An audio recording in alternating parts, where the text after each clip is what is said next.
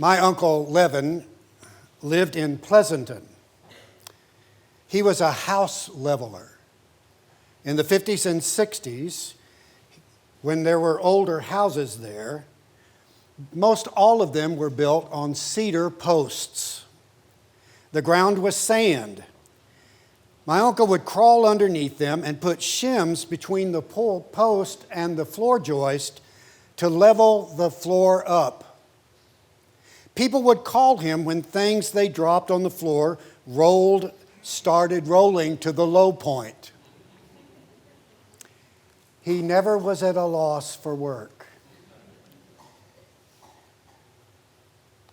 When I was in the 9th grade in 1960, my father tore down a bunch of buildings down at 5 Points, where Fredericksburg Road ended in its journey going toward downtown. He took the lumber and he built a house way out north of town past the airport lights on the Johnson City Highway in a place called Hollywood Park. There's somebody in here who lives out in Hollywood Park, isn't there?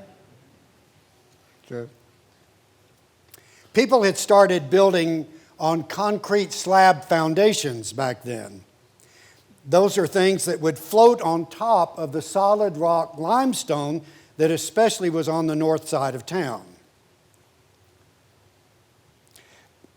My dad was more of a long-term thinker, and he wanted to be able to repair the pipes when the ground shifted underneath the limestone. He designed a pier and beam foundation for our house where the heavy lumber floor joist would span over concrete beams. I wound up crawling underneath that house to repair some pipes. In the 9th grade, I was older, but I was still asking lots of why questions.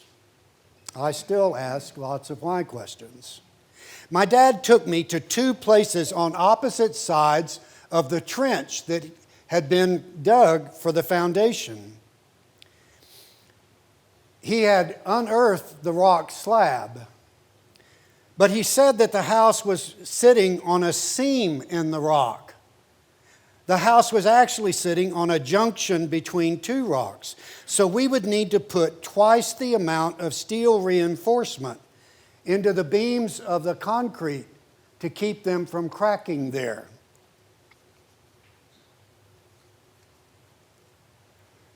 It's not enough to build your house on a rock.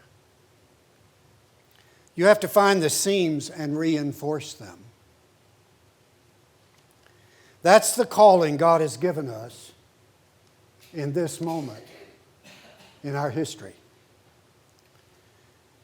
Since before 1776, our culture has been built on 2 slabs underneath our house. And the inclination is there to reduce every issue to an either-or forced choice that will separate us. The truth is, there is nothing much in human living that can be reduced to a simplistic either-or choice. Human is way too complicated. Jesus had the good sense to know that, and he chose the complicated path of treating every single one as a unique human person, in spite of the way that most everyone around him chose the easier and lazier path of reducing life to Roman or not, Jew or not, Samaritan or not, foreigner or not, law obeyer, holy law obeyer or not, rich or not, poor or not, healthy or not, demon-possessed or not, good person or not, sinner or not. Once you label someone, anyone different is a knot.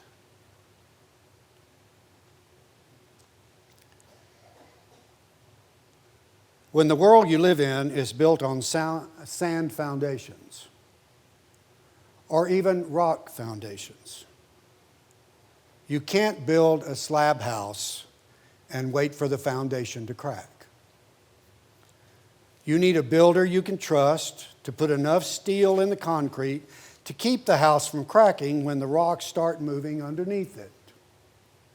Without spending a whole day, because we have important things to do today, I'm not going to describe the complicated proofs of my generalization. But the bottom line is pretty simple, and it's more difficult for us followers. The ground has moved, but God has not quit, in spite of all the either-or thinkers. And we who are followers cannot quit either. And we have to go a step further than building on the rock. We have to put more steel of love in the foundation that counters the hate and the self-centeredness. We have to stay true to the one who refused to give in, even when being true means that we know that the truth is always more complicated than an either-or choice. So what does that mean for us in this room? We have to be true to the way that we see the world as a complicated place. Every time we hear an either-or, hear a person being labeled, and there are way too many labels, we need to resist the temptation to agree or disagree, and like Jesus, we need to look deeper and long enough that we find a question to ask that the person might hear. Because if we just agree or don't agree, they're not listening. After all, remember what Jesus said, let those to hear listen.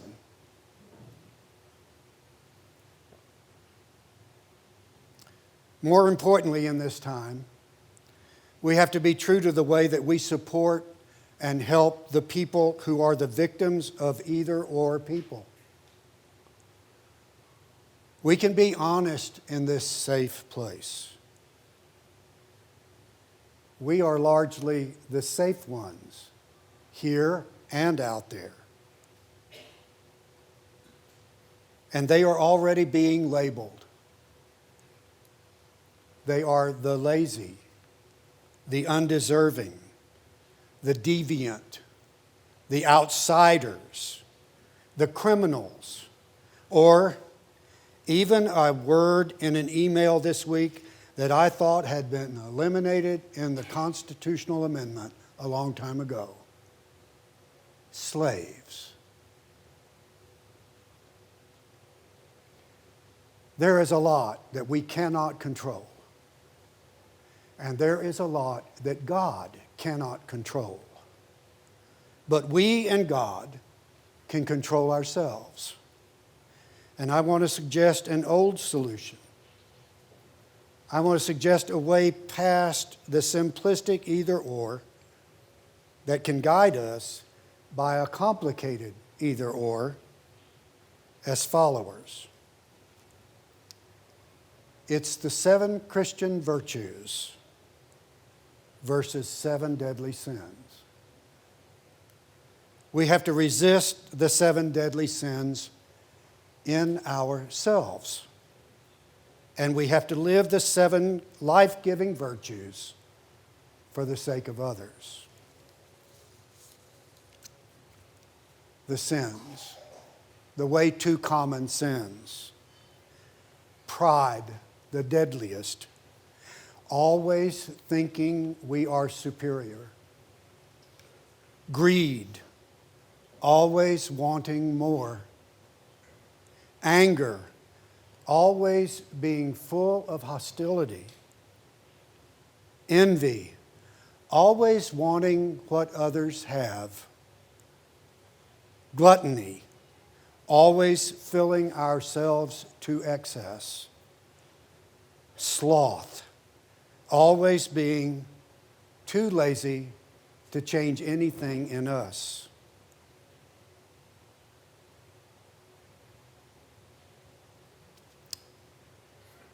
Now's when we could go back to a prayer confession. I need a prayer confession right now. The virtues, the way to uncommon life patterns.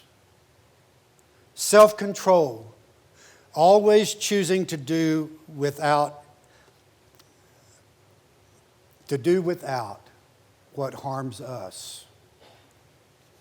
Temperance, always keeping a measured perspective against absolutes.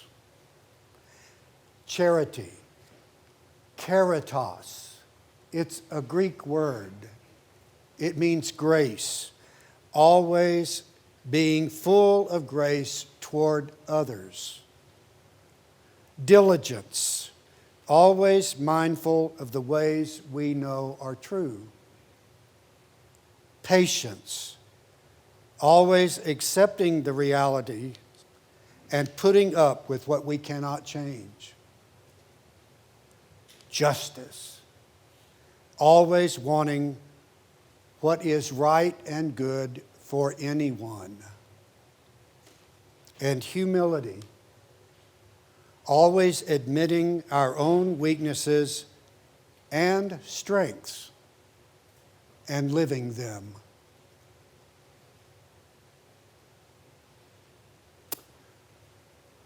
Now, if you want a copy of those two lists and you want to put it up as a nice reminder for you, just email me and I'll send it to you. And one other thing. God has not quit.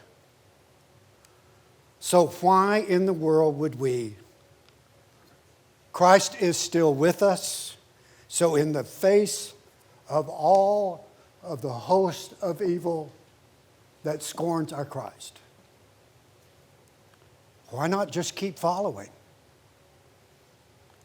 That could be enough to change some things. It was enough for Jesus. That is the real either or. And it's the one that protects us against all the false ones. We said we would be a follower of the one who walked in the sand and didn't let it sink him. What will keep us sane in all this sand? It's simply to be and to do what He commands.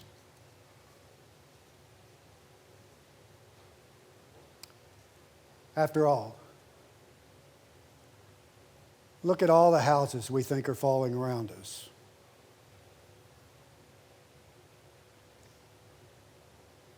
And realize that the one who never even had a house is still here for our sakes. Thank God. Amen.